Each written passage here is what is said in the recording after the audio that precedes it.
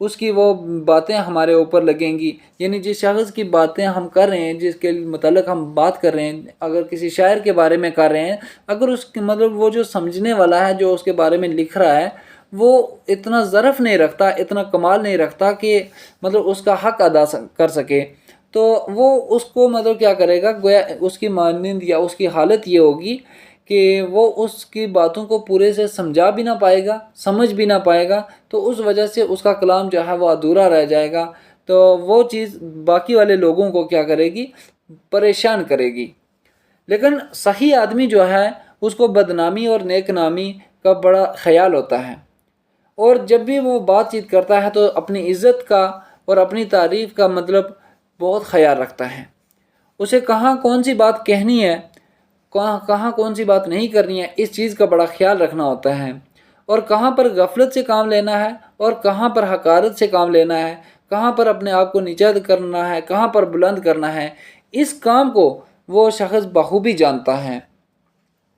اور جو لوگ کہ عوام کے درجے سے اوپر ہیں، یعنی عوام کے درجے سے جو بلند پایا ہیں، انہی لوگوں پر زیادہ اثر ہوتا ہے. یعنی جو لوگ جو اعلیٰ ظرف رکھتے ہیں ان کے اوپر اس چیز کا بڑا اثر ہوتا ہے. جس طرح سے ہم بات کریں تھرما میٹر کی، اور تھرما میٹر میں کیا ہوتا ہے کہ اس کا وہی حصہ جو ہوتا ہے وہ کس سے موسم کا زیادہ اثر قبول کرتا ہے جو صاف اور سب سے اوپر ہوتا ہے. اسی طرح سے وہ انسان جو باقی عام لوگوں سے اوپر ہوتا ہے، جس کی سوچ بڑی ہوتی ہے، اس کا کیا ہوتا ہے کہ ظرف جو ہوتا ہے باقی والوں سے اوپر ہوتا ہے، اور اس کو یہ باتیں محسوس ہوتی ہیں. ورنہ عام انسان جس کو ان چیزوں سے کوئی لینا دینا نہیں، عزت کیا ہے، بے عزتی کیا ہے، ذلت کیا ہے، تو اسے کوئی اثر نہیں ہوتا ہے. یہ تھا سر سید کا ایک چھوٹا سا انشیہ خوش آمد، اور اس کا ایک چھوٹا سا میں خلاصہ اپنے دو منٹ میں بتا دیتا ہوں کہ اس انشیے کے اندر سر سید نے جو بات بتائی ہے وہ یہ ہے کہ انسان جو ہے وہ خوش آمد کا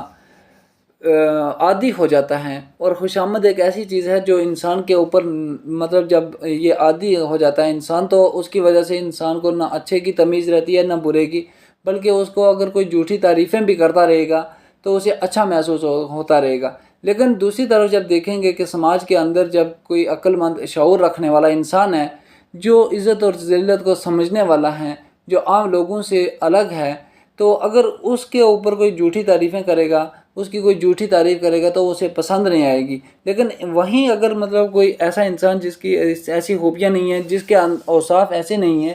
تو اس کو جھوٹی تعریفیں کر کے اس کو خوش کیا جائے تو اسے اور اچھا لگے گا. لیکن سر سید کا یہاں پر جو بنیادی مقصد تھا وہ یہ ہے کہ انسان کو جھوٹی تعریفوں سے خوش نہیں ہونا چاہیے، بلکہ اسے اپنیت کو اور اپنی سچائی کو جاننا چاہیے کہ میں کس مقام پر کھڑا ہوں، کہ کون سا شخص کس درجے کا مالک ہے، اس چیز کو سمجھنا ہے. اور سماج کے اندر ہماری حالت کیا ہونی چاہیے، ہمیں کیا رول ادا کرنا چاہیے، اور ہماری جو عقل ہے وہ کس درجے کی ہونی چاہیے، ہمیں لوگوں کو جاننے کی صلاحیت ہونی چاہیے، اور ہمیں جب الفاظ کا انتخاب کرنا ہو تو کس طرح کے الفاظ کا انتخاب کیا جائے. گویا اس طرح کی تمام جو باتیں تھیں سر سید نے ایک مختصر سے اس عبارت یعنی اس انشیے کے اندر عوام تک پہنچانے کی، اپنی جو ذہنی فکر تھی، اپنی جو سوچ تھی، اس کو عوام تک لانے کی بڑی عمدہ کوشش کی ہے. اور یہی تھا اس انشیے کا بنیادی خلاصہ، یعنی بنیادی مقصد. تو مجھے امید ہے کہ آپ کو سمجھ آئی ہوگی. اللہ حافظ.